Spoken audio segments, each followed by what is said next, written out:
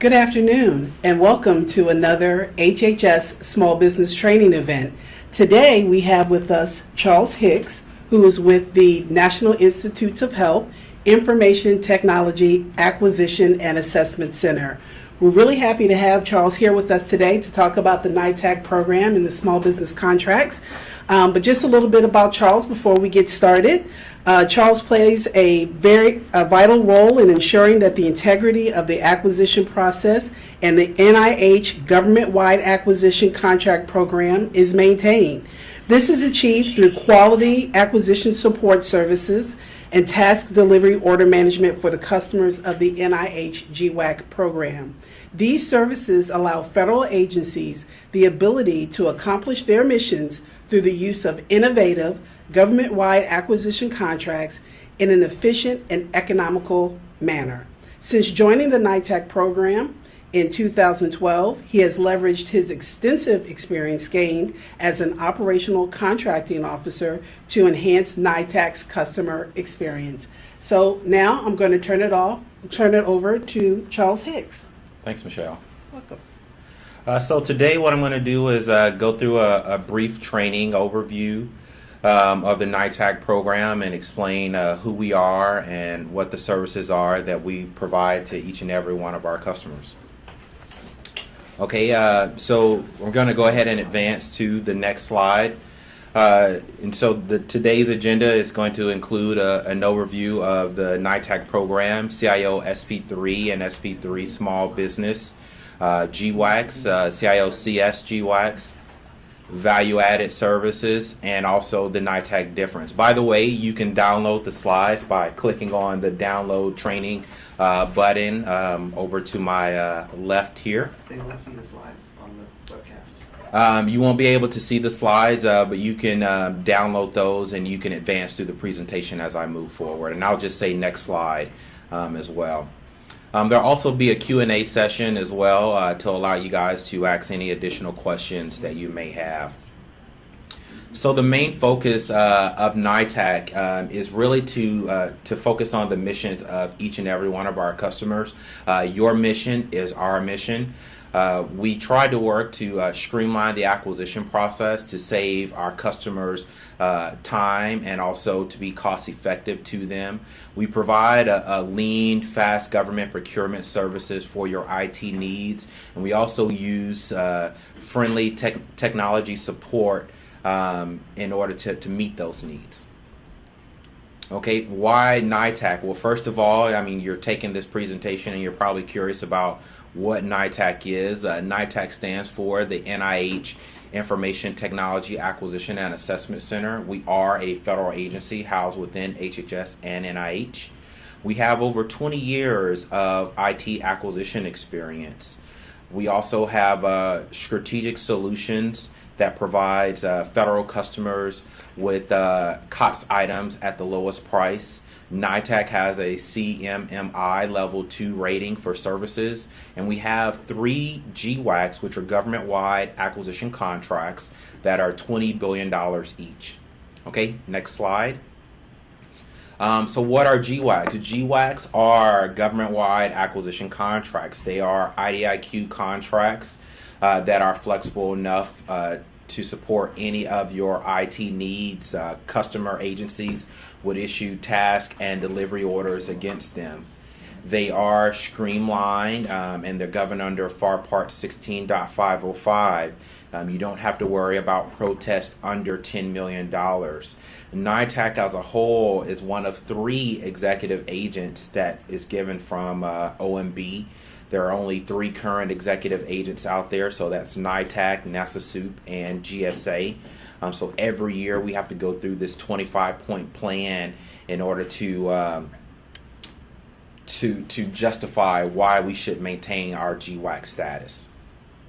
Okay, so we also provide these services to both federal and DoD agencies. There's no limitations on the task or delivery order value, meaning if you had a $20 billion task or delivery order that you wanted to issue under our GWACs, you could do that. They are eligible for you to issue any types of task and delivery order to procure any and everything IT related. The contract holders that are under our vehicles are of high quality. In order for them to even become a contract holder, we went through and evaluated their technical capabilities, their management approach, their past performance, and we took them through a 2-year rigorous negotiation process.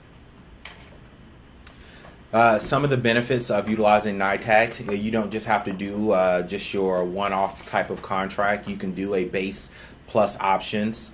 So you can have a contract that's larger than 1 year and longer than 5 years. Also, the usual solicitation period can range anywhere from 24 hours to 30 plus days. The ordering agency is in control of the actual acquisition, so you can determine the contract type, how long you want to put your procurement out there. You can also use any contract type that is allowed under the FAR.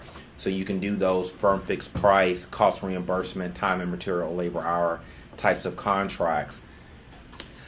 The customer is involved throughout the entire life cycle of the contract in terms of the task or delivery order that they issue.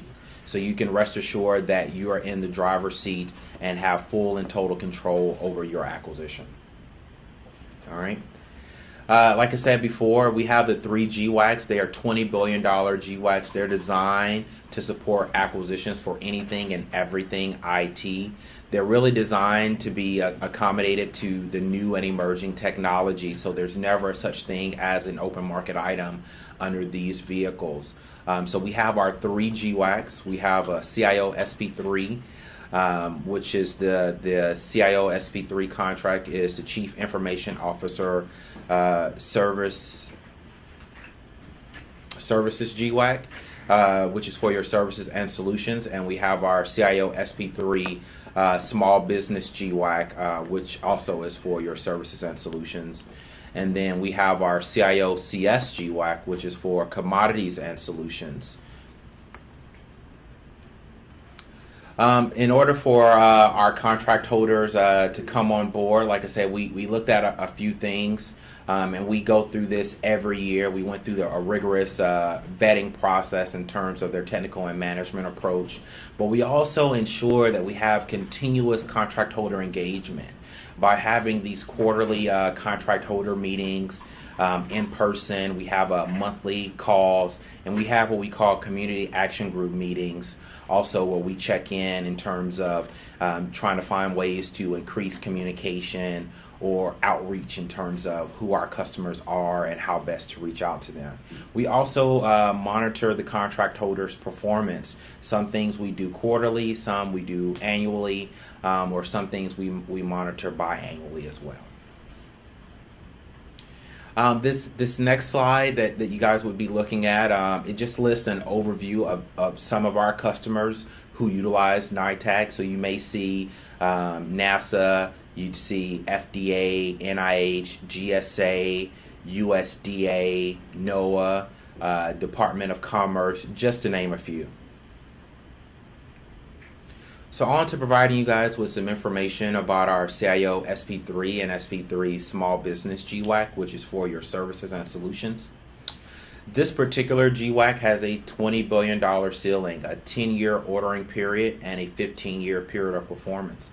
What that means is that on the very last day of the contract, because these particular contracts were awarded in June of 2012, so ideally they expire in 2022. So on the very last day in 2022, you can award a 5-year contract that will take you out to 2027, and that's how we get a 10-year ordering period, 15-year period of performance.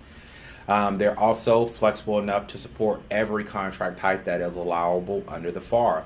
These provisions and clauses have been put into the contracts to allow for both commercial and non-commercial items, so you can do those hybrid types of contracts with the firm fixed price and cost reimbursement, or hybrid in terms of firm fixed price or time and material type of contract. We also have 137 labor categories under this particular vehicle, which have already been negotiated and deemed to be fair and reasonable. but you as the ordering contracting office can add additional labor categories at the task and delivery order level without having to come back to NITAAC to get additional approval in order to utilize them or to add those particular labor categories. I'd also like to add that you don't have to get any type of special delegation or anything like that in order to utilize the vehicles. A little bit more about our contract holders themselves. Under CIO SP3, we have 53 contract holders, and 3 of those contract holders are small business. Under SP3 Small Business, we have 94 contract holders under this particular vehicle, crossing 5 different set-aside groups. So that's Hub Zone, Service Disabled Vet, 8A, Woman-Owned, and Small Business. Some of the potential applications of this particular vehicle could include cybersecurity, big data, IT maintenance,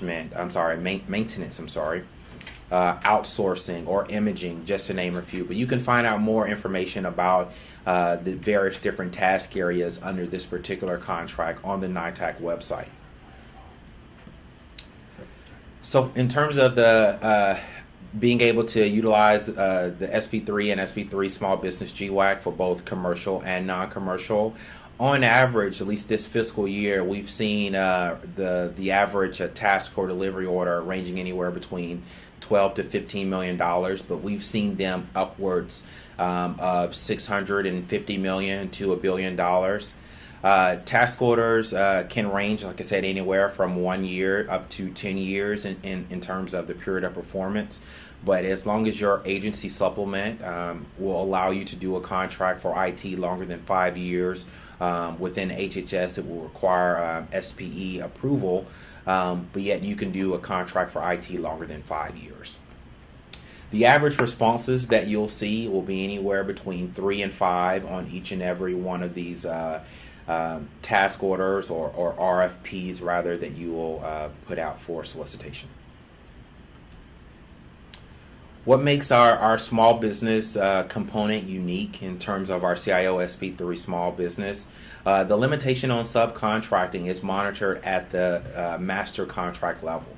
So you don't have to worry about that 51% rule at the task order or delivery order level because that's monitored at the master GWAC level.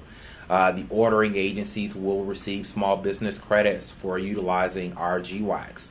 As I stated before, you can do those set-asides amongst the 5 different set-aside groups, and only those qualified set-aside designee will receive the actual solicitation. So what that means is if you do a set-aside for small business and you select task areas 3 and task areas 5, it's only going to go out to those qualified contract holders who qualify in both task areas 3 and task area 5. In terms of 8A, you can do a directed 8A with no separate offer and acceptance letter to SBA. And the thresholds that are listed in FAR 19.805-1 are not applicable to federal supply, GWACs, or MAC contracts. Additionally, as long as we haven't gone through a recertification period, which we require at the 5-year mark, which hits up in 2017, agencies will still receive 8A credit for those awards that were made to an 8A firm. On to our CIO CS GWAC, which is for your Commodities and Solutions. It also has a $20 billion $20 billion contract ceiling. It has a 10-year ordering period, 15-year period of performance. So once again, this GWAC was awarded in April of 2015. So it's only 1 year and some months old. So ideally it expires in April of 2025. So on that very last day of the contract, you can award a 5-year contract that will take you out to 2030. All right. You can use any contract type that's in the fixed price family under FAR Part 12 under this particular GWAC. You can award any delivery order for commodities and commodity enabling solutions. You can also do tech refreshes, or this GWAC also includes tech refreshes. And what that means is you can always use this vehicle to get the latest and greatest technology. You never have to worry about an open market item. You never have to worry about doing a J&A for an item that's not on contract, because at the RFQ level, contract holders can add additional items to their contract at the RFQ level. Under this particular vehicle, we have 65 contract holders. So that's 70 original equipment manufacturers and 58 value-added resellers. In terms of the OEMs, we have 6 other than small, and 1 small business. And in terms of the VARs, we have HubZone, Services Able Vet, Woman-Owned, 8A, small business, economically disadvantaged, woman-owned, and we have some other than small businesses under this particular vehicle as well in the VAR category. Just in terms of some of the potential applications under this particular vehicle, you can do that hardware, software, telecommunication, mobility, video conferencing. You can do infrastructure as a service, platform as a service, software as a service under this particular vehicle as well. There's actually cloud capabilities under all 3 GWACs. It all depends on the type of service or solution you're trying to procure. As I stated before, this particular vehicle, it has a 5-year base period with a 5-year option period. You can do tech refreshes daily. The contract holders can do those daily. It literally takes as little as an hour, and you'd also should see on average about 3 to 5 responses per RFQ. Some of the value-added services that NITAAC offers for all my contracts folks out there, I hope that you guys are aware of the OMB Initiative to streamline the way the government buys laptops and desktop. That OMB memo is also on the NITAAC website. This particular initiative for NITAAC Strategic Solutions is really trying to put some standard configurations in terms of how the government goes about buying laptops and desktops. Under this particular one, we have 24 pre-selected contract holders that you can choose from. We have 3 different configurations for laptops and 3 different configurations for desktops as well. It was really designed to try to help the government streamline and manage the way we buy laptops and desktops, to really try to get some types of economies of scale when we're going out and buying laptops and desktops. The thinking was, if I am FDA and CDC goes and buys the exact same laptop with the exact same configuration, we should be paying the exact same price. I shouldn't be paying more for that configuration. And then this next slide just pretty much illustrates a copy of that memo, which is located on the NITAAC website. At NITAAC, we also provide assisted acquisition services, where we serve as a cradle-to-grave contracting office. We provide this service to federal customers and also to DoD customers for a 2% assisted acquisition fee. We provide the best procurement approach, or a best fit approach rather, to each and every acquisition. We really try to use an agile acquisition technique to leverage best practices that we've seen across the entire federal government on each and every acquisition. We have experienced 1102s who are FACC certified, and they're capable of handling any and every acquisition type at various different thresholds, and we provide that service year-round. It's really to help bridge the gap between customers' needs and contracting offices' bandwidth, or to facilitate when a customer has a need but doesn't have a contracting shop that's capable of meeting their needs. And we're there to support them through the entire acquisition life cycle. So from the moment market research is conducted all the way to contract closeout. All right. Some of the other services that we provide, we also have a live help desk that has a 1-hour response time on each and every help desk ticket that we receive, either via email or by phone. We have a documents library that's full of tools and templates that are available for our customers to use at no charge. We also provide free technical reviews on each and every statement of work that's submitted under our vehicle. And so if you even have a draft requirement and you wanted to find out some information in terms of is your requirement within the scope of the GWAC, or what things you can do to remove some of the ambiguity out of your requirements, NineTech provides that service to our customers at no charge. We also provide complimentary training to customers who either want us to come on site. We do WebExes, and we also do monthlies on NIH campus, and you will receive 2 CLPs for that training. And like I said, there's no charge for any of these services that I've mentioned. We also have an electronic government ordering system. We call it EGOS. It is an online system. It's secure and easy to use. As I stated earlier in this briefing, you don't have to take any specialized training in order to use this system. It is very intuitive.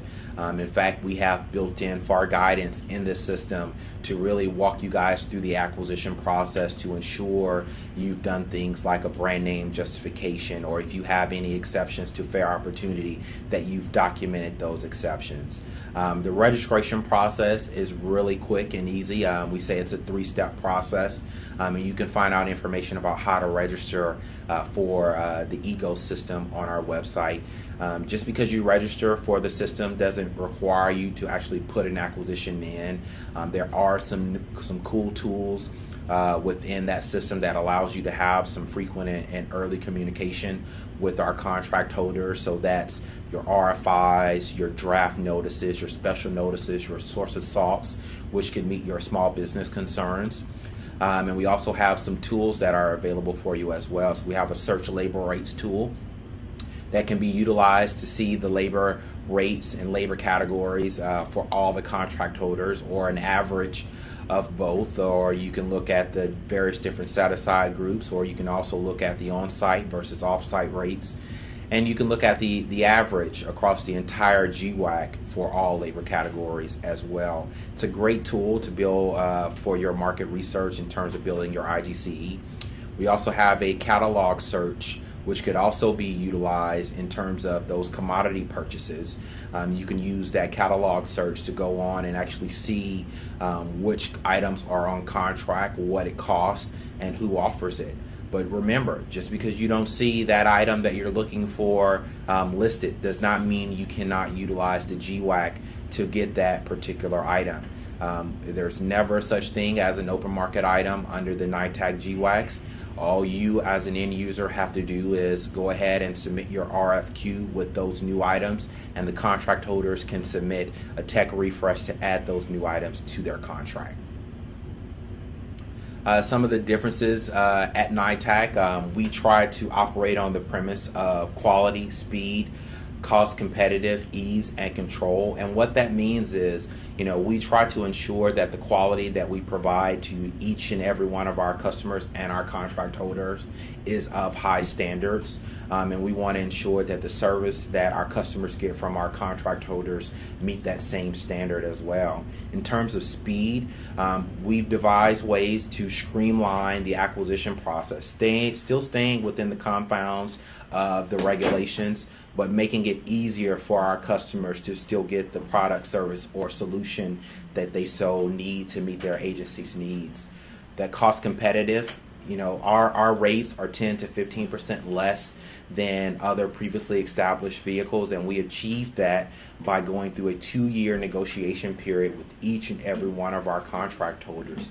Ease of use, that's our online competition system. We wanted to make sure that you as an end user know that it's your acquisition. You are in control and able to do whatever you need to do on your particular RFP or RFQ in order to get it awarded. You don't have to worry about NITAAC serving as the police of your acquisition. It is your acquisition. As a warranted contracting officer, you have the authority to do anything you need to do in order to get the contract awarded, as long as it's within the regulations.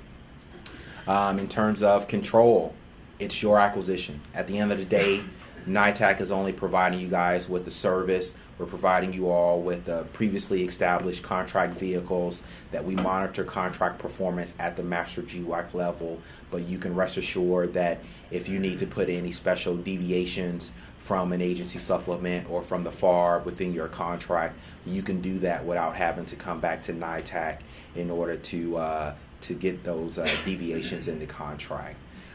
You can always contact NITAAC by reaching out to us via NITAAC support at nih.gov, or you can contact us via phone at 1-888-773-6542. And you can also surf the NITAAC website. We have some very good information about who we are, the services that we provide, our contracts, how to get in contact with us, and a lot of frequently asked questions as well on NITAAC.nih.gov. Thanks, and at this time I think we'll go ahead and move on to the Q&A period, and we'll see what types of questions that we have in terms of people participating on the WebEx. All right. Okay, thank you, Charles. So as we load the questions, just wanting to, let's see where they are here. So as the questions are coming up, I did have a question for you. So as we're approaching the end of the fiscal year, you know, there are a lot of buys that we make towards the end of the year. You mentioned the tech refresh process. If you don't see something that's on contract, does the customer have to say or do anything to let you know that it hasn't been identified on contract? And do they need to put something special in their RFQ to say, we didn't see this in your catalog? Mm-hmm. So from a customer perspective, if there is a new item, something that's new and innovative, let's say, for instance, we know that Apple is coming out with a new product, probably in September, and the customer wants to go and buy that particular item. From an end user perspective, all you have to do is put your RFQ out there, and the contract holders will notice that that item is not currently on their contract, and they will submit what we call a TRP and add those new items to the contract. Okay. And so I saw a couple of questions on here for you. I believe you might have gone over this, but what is the NITAAC fee? So at NineTech, we do charge a fee for our services. We don't get any appropriated funding from Congress. Any previously established vehicle that is not one that you established from the open market does have a fee associated with it. Okay. So for our CIO SP3 contract, we charge a 0.65% fee. For our CIO SP3 Small Business GWAC, we charge a 0.55% fee. Okay. And for our CIO CS GWAC, which is the newest GWAC, we charge a 0.35% fee. And that fee is literally to pay for our staff, our offices. NITAAC isn't allowed to turn a profit. It's also to pay for some of these value-added services that we offer to each and every one of our customers. Okay. Another question from one of our listeners is, will NITAAC be reviewing software licensing agreements to ensure that they conform to the government requirements, no indemnification, automatic renewal, etc., if they are offered in the catalog as a supply? So this is maybe like a two-parter. So one, in terms of technical reviews, if you all wanted us to provide you guys with feedback in terms of what should or should not be agreed to in terms of software licenses, that is something that we can do and help you navigate through. But just in terms of the larger NITAAC picture, we realize, as a lot of other agencies do, that this is a growing need for acquisition offices to have additional clarification or previously established or previously reviewed reviewed software licenses or agreements. So this is an initiative that NITAAC is taking on to actually look at actually trying to provide that type of service or support to our customers, or actually going ahead and trying to pre-negotiate some of these licenses agreements. Right. It's easier said than done because it really involves us actually working with these OEMs such as, Amazon or Google or Adobe or Oracle to go ahead and actually hash these license agreements out versus actually working face to face with actual contract holders. So it's easier said than done, but yet this is something that we are working on. Okay. And then how can people follow up with your progress in that area? They can always reach out to the NITAAC website. Go on the NineTech website and you can submit a help desk ticket via email, or you can always give us a call.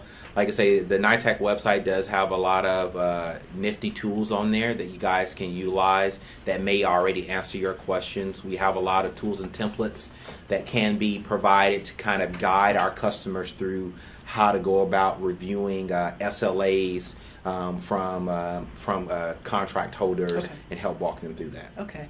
And before I go to the next couple of questions that are coming in, as a reminder, please feel free to ask any question that you have for Charles of the NITAAC program through the questions box located there. And also to download the slides that are in the upper left-hand corner, there's a link there where you will have access to the slides. So I'm going to go on.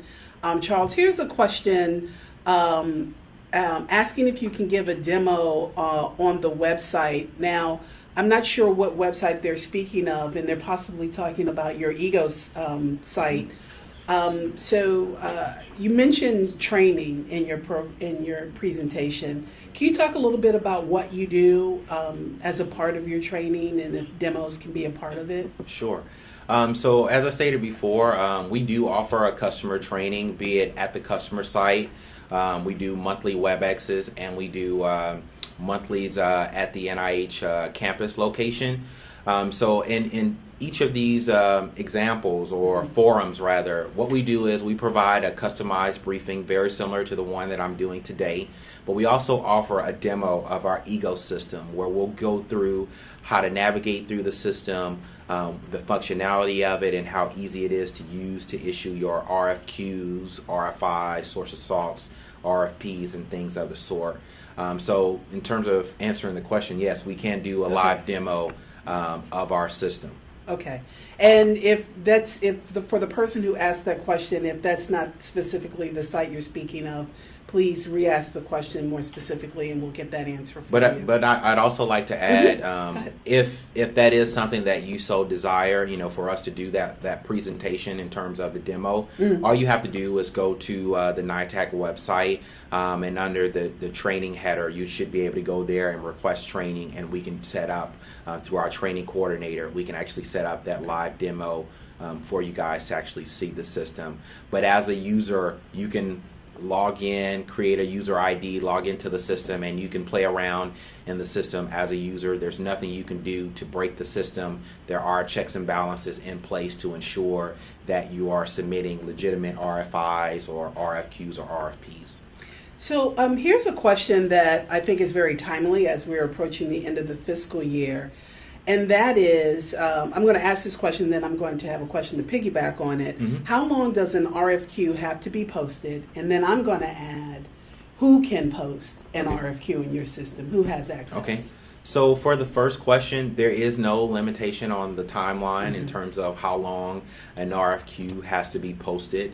That's that whole control piece. As the ordering contracting officer, you have the determination on how long you choose to post your requirement. Now, if you were an agency outside of HHS, I would say that your policy office may have some additional restrictions on how long you have to post. But yet here within HHS, as long as you are putting it out for a reasonable amount of time, and we all realize reasonable is in the eye of the beholder, you can post your requirement in as little as a day, or you can post it as long as you like. I've seen solicitations out there for 3 or 4 months because of the size and complexity of the requirement. In terms of your second question about actually who can have access to post a requirement, only an 1102 can actually go in and post a requirement. Procurement officials such as your purchase card holders or AOs can release solicitations in our CIO-CS GWAC. That's for those P card purchases that are under the micro purchase threshold of $3,500. But yet for our RFP side, that's mainly reserved for 1102s for your contracting officials. You may even have to be considered a warranted contracting officer, and we also go through checks and balances to ensure that that a warranted contracting officer is releasing the solicitation or is at least aware of this solicitation is being released within our systems. Cores are not allowed to release active procurements in the system. However, they can go in and do their market research, such as your RFIs or special notices and source of salts and things like that for market research purposes. Okay. And then, so a question that I'd like to add on top of all of that is, how much extra time is added to my procurement timeline if I choose to use one of the NITAAC vehicles? So really the acquisition timeline is really streamlined at this point. By utilizing a pre-established vehicle, you've just cut your open market procurement down from the 6-month time frame, that 180 days, really down to the 60 to 90 days. Mm-hmm. So it really all depends on how much market research you've already done, how polished your requirements are, and how close to being finalized your solicitation is. Engaging your contracting official throughout the acquisition process is very important. That also cuts down your lead time in terms of actually being able to go from soliciting to award. The average right about now in terms of from the moment a solicitation is posted to the moment you see a contract award is about 43 days. Okay. And so this question right here is from a user who said, I've used NITAAC CIO-SP3 small business previously. However, the most challenging search was labor category. Mm-hmm. They're asking is, will the ease of finding on the site be approved? That's the exact language. But if someone is having challenges with any part of the process or using any of the tools, what should their first step be? So if they're having any issues with utilizing the tools, the very first step should be to contact the NineTech help desk. We have a live help desk that's there. If you call on a Friday afternoon at 5:59, there will be somebody that's there to answer the phone and provide you with a response. We operate Monday through Friday from 8 to 6, regardless if it's a shutdown in the DC area or not. There's someone always manning the NITAAC help desk. We'll even have extended hours as we move into the end of the fiscal year. So right around the September time frame, we'll have extended hours during the week and also weekend coverage as well to provide you guys with responses. Okay. In terms of being able to really find out the labor categories and those rates, there are two different ways that you can go about doing this. One way is we require each and every one of our contract holders to have a public-facing website, and on those public-facing websites, they are required to post not only the labor categories, but also those labor rates. And so that's how we ensure that you always receive, basically the best value when you get those proposals, because each of the offerers can go on to that public-facing website and see what their potential competitors' rates are for the GWAC. The other way to get to those rates is if you are logged into EGOS, and up at the top right-hand corner, you'll see a tab or a link rather that says Search Labor Rates Tool. You'll click on that link and you can go and actually do a Search Labor Rates tool. You can do a Search Labor Rates, and like I say, you can look at select the labor categories you want, which GWAC, if you're trying to do a set aside, if so, under which categories. If you want to do the average rate, if you only want to select a certain number of contract holders, on-site or off-site. And then that particular module will actually populate an Excel spreadsheet that will open up and give you the rates and the selected labor categories for the entire life cycle of the contract. Okay, and here's a question that we at the OSBU have a lot of interest in as well, especially when it comes to meeting our small business goals in HHS. Will any more small businesses be added to the following vehicles in the future? CIOSP3, and I'm assuming that they're saying CIOSP3 small business, particularly in the hub zone category. That's what I'm interested in. Okay, so in terms of adding new contract holders, we do have a provision under our contract that does allow for the ramping on or ramping off of contract holders based on performance or the government's needs. And so we are in the process of ramping on additional contractors to the CIO SP3 small business contract. Because it is an active procurement, there's only but so much information I can actually give out, but I will tell you that our plan is by sometime in the near future, and near is in the eye of the beholder as well, in terms of us actually making additional awards under the CIO SP3 and SP3 small business, and under the CIO SP3 small business GWAC. And so what we've done is we've looked at where we have contract holders who have the potential to grow out of the small business category, just out of using the success of them being a contract holder under the NineTech GWACs. And then based on those small businesses recertifying as something as other than small, or graduating out of the 8A program, we're looking to replenish those ranks. Okay, and then speaking, just to piggyback on that, speaking of business size, is there a particular NAICS that has to be used when using the NineTech vehicles? So with this one right here, I give that same CO language. It depends. I believe, and don't quote me on this, but I believe the NICS code that we selected for this GWAC here is 541512, or it's 519, one or the other. That was the NICS code that was used at the GWAC level, okay? And that is the NICS code that was used to determine size standard. So in terms of your RFP, task or delivery order that you'd be issuing, that would be the NICS code that would determine the actual size standard that would be applicable for your procurement. Okay. However, you can use whatever NICS code you may deem appropriate for your acquisition, as long as it is a IT NICS code. Okay, but in terms of size standard, only the NICS code that was used at time of award of the GWAC is the one that applies to the size standard. Okay. Back to licensing agreements. This user asks, can I send a license agreement to a NITAAC rep for review? Absolutely. All you have to do is simply submit a help desk ticket to NITAAC support at nih.gov and ask us to opine on your actual license agreement that you receive.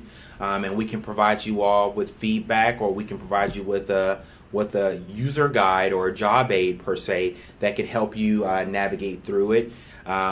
As a contracting officer myself, it's always a good idea to definitely, if it's something that you're not used to doing, look at the possibility of getting OGC involved.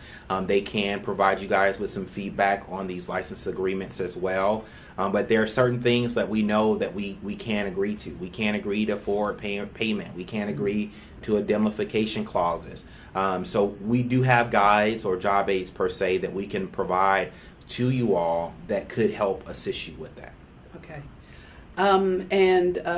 So this question is for CIOCS. So realizing that that contract, that GWAC is still in its infancy, this person wants to know, are contract holders on and off ramped to CIOCS?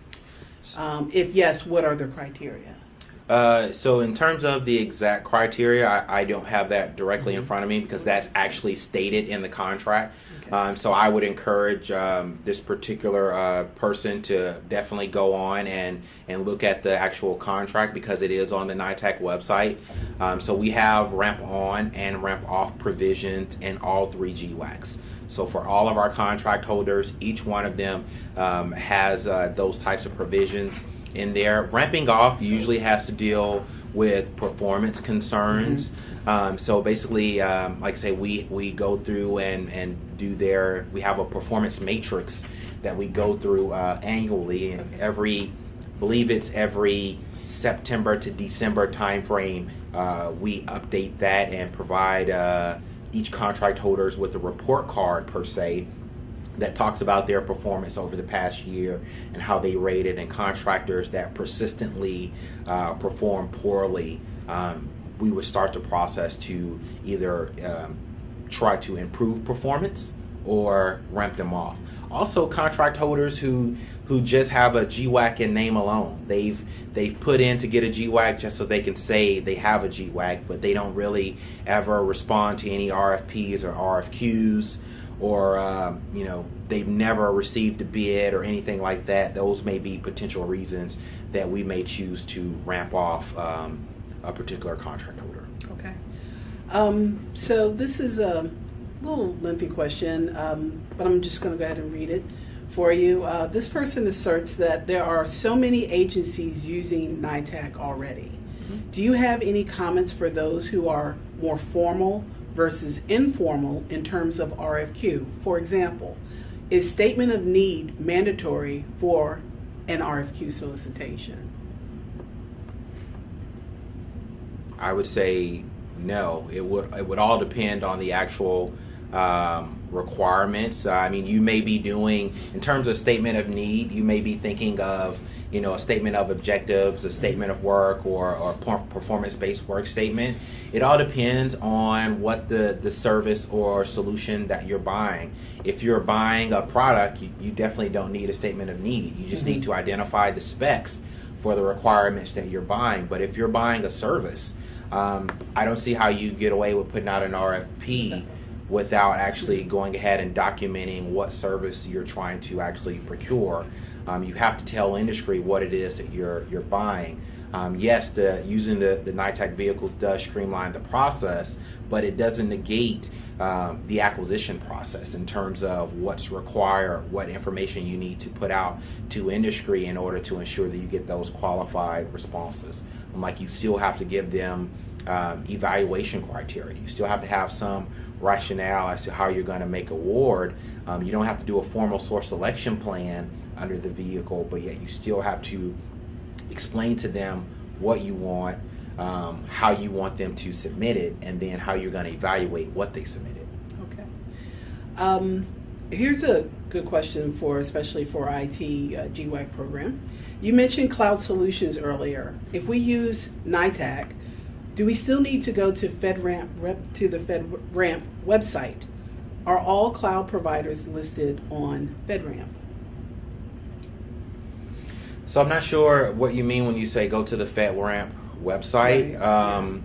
So I can't really speak to that. Right. But in terms of cloud service providers, so what you should really remember about when you're buying cloud, there's a big difference between contract holders and cloud service providers, because certain cloud service providers, CSPs, may not prime on things like Oracle. Oracle doesn't prime on any acquisition. So if you're buying an Oracle cloud solution, then your contract isn't going to be with Oracle. And so the FedRAMP requirements would not apply to the contract holder, but would apply to the cloud service provider, which would be Oracle. In terms of a listing of contract holders who, can provide you guys with cloud solutions, you can do a couple of things. You can always submit an RFI on any other NITAAC vehicles to identify, who those contract holders are that can provide you all with your specific needs. Or NITAAC can put out an RFI. We do have a listing of contract holders who can do cloud types of solutions, or has access to cloud service providers as well, that we will be more than happy to share with our customers. All you simply have to do is submit a help desk ticket to NITAAC support, and we can provide you guys with that information. Just a little bit about the help desk ticket process. We do that so that we make sure that we have that one-to-one touch point. As I stated earlier, quality of service is very important to us, so we log each and every one of those help desk tickets, and every man or woman within the NineTech office responds to it. So that's the newest person who just started 2 weeks ago, all the way up to the actual program director of NineTech. Okay. And if you have any questions, please submit them to the website. As it is, this is our last question. When do you expect an award, and I believe that you answered this, on the new action of ramping on, I guess this is, of small businesses, any specific target month? I know you stated in the near future, and the government in the near future can mean next week or next year. So because I'm not the comments. Because I'm not the ordering CO of that particular procurement, I honestly have no knowledge of when we're going to actually get to a point to where we can actually make award on those ramped on proposals. I know that I believe that they received hundreds of proposals, so that does take a while to actually go through and evaluate each and every one of those actual proposals, because as you all know, through the acquisition process, we can anticipate probably protests. And so we have to account for that also in our acquisition timeline in terms of when we expect to actually see a contract award. But yet we are, like I say, anticipating that in the near future. I know that really doesn't answer the question for you, but yet I do know there is a plan to try to have something in place, if not by the end of this year, and I mean calendar year, but definitely in the earlier part of next calendar year. Okay. So another question. First of all, this person says, thank you for answering the question. It was very helpful. Don't know what question that is referring to, but I'm sure all of them were very helpful. And is the webcast recorded? The webcast is recorded. And if you need information on how to access the website, please let us know. We will get that to you. I will refresh the screen one more time to see if there are any additional questions. That seems like a question fragment, so I don't know what that is. If I do small contracts, which that would have been a good, and just responses that are saying that this is quite informative session. I do echo this user's sentiment. Thank you so much. Do you have anything that you'd like to say in closing? Sure. I'd just like to add, we always love to hear from our customers. We always love to come out and actually do presentations, briefings rather, just like this one here. If you feel as if you want more information, or you want that hands-on, face-to-face experience with someone from NineTech, please visit the NineTech website. Please reach out to us. We're more than happy to come out and give you guys a customized briefing similar to this one right here. Right. We have somebody who's asking if there's an immediate opportunity for training of COs. So it could be very soon. It could be tailored specifically for contracting officers, contract specialists who are writing these procurements. Absolutely. Okay. We do one-offs. So if you as an individual wanted a customer training, we'll do that. If we or if you wanted to organize something for your entire acquisition staff, we do that as well. We've done not necessarily round robin, but yet we've come out and trained program folks one day, their acquisition people the next day, and then their leadership the next day. And so we'll go ahead and we'll plan and go through that. The training itself usually takes about 3 hours. And so you will get it's 2 hours, I'm sorry. 3 hours, that'd be extra long. But it's about 2 hours long. And like I say, we go through this briefing. We also do the live demo, but we also can spend time going through actual requirements. We send out experienced 1102s with a diverse background to each and every one of these briefings, customer briefings. And so it's your opportunity to pick our brains. We're always willing as contracting officers to give our opinion about how we would do something, or the acquisition approach we would take if this were our acquisition. But keep in mind that the guidance that NineTech gives is purely that. It's guidance, it's our recommendations.